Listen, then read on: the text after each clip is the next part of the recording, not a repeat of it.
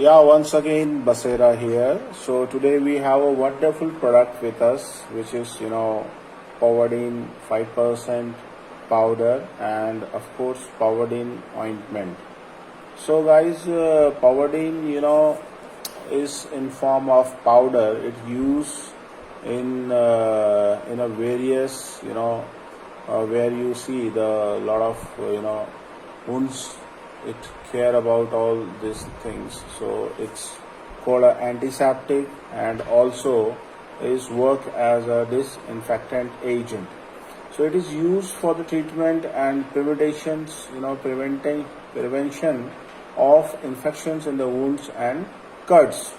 It kills the harmful microbes and control their growth, thereby preventing infections in the affected area. So today we have a Vildine range with us, which is totally used externally, and we should always use it exactly as your doctor has told you.